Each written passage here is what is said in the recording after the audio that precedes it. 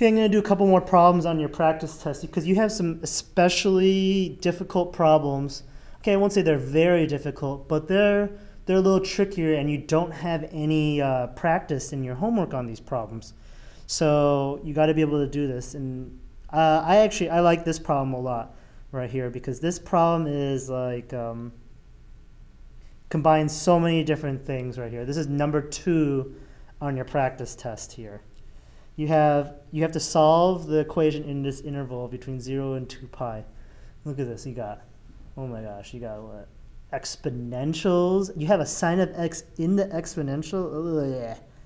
Plus you have, looks like a quadratic equation. Oh my gosh, so many different things to try to solve in this problem. This is a great problem in my opinion. Okay, because it combines everything, and once you work it out, you'll be like, okay, I feel like a superstar now. Okay, right here, what we need to notice first is what we have here is we have something exponential and 2 sine of x, and this is sine of x. Okay, so what we're going to do is I'm going to rewrite it like this so that you can see what I'm doing. I've done this in my class too.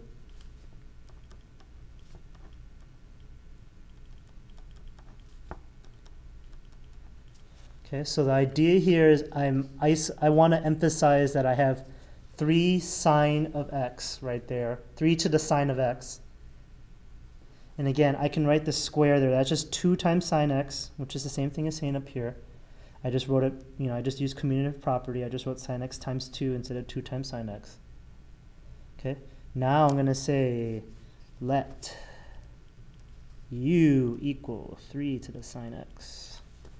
So let's go ahead and use u substitution.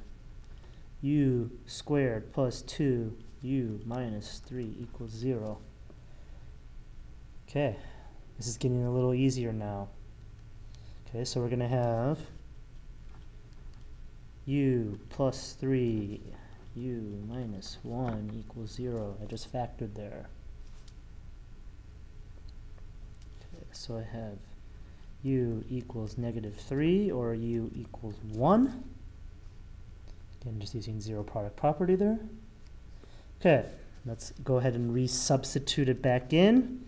So u again was 3 to the sine of x, so 3 to the sine of x equals -3, and 3 to the sine of x, oops, sorry, equals 1. Okay, wow, this is just, I love this problem right here because now, right here, how would I solve this? Okay, I would do what to both sides? I would natural log.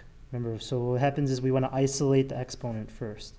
So we would have natural log 3 sine of x equals natural log of -3. Can anyone see what my mistake is right now?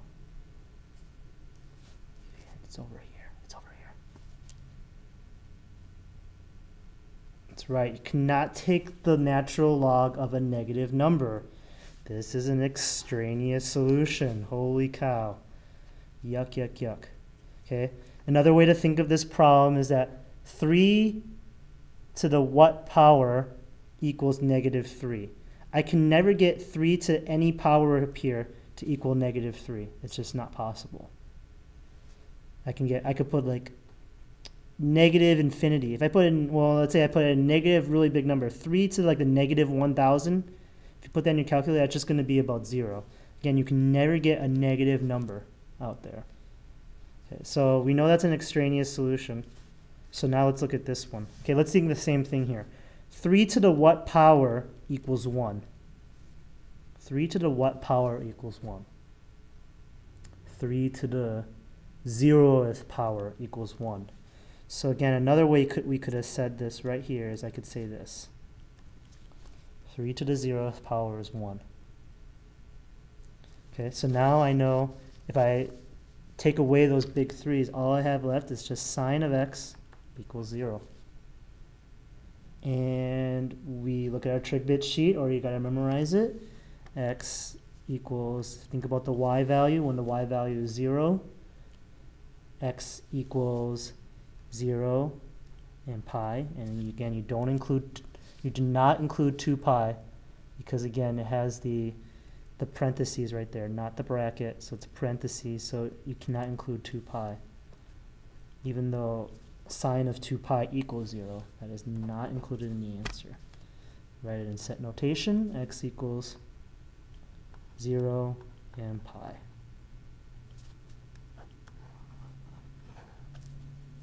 Wow, that is a really crazy problem in my opinion. It combines like everything we've talked about so far, like in Algebra 2.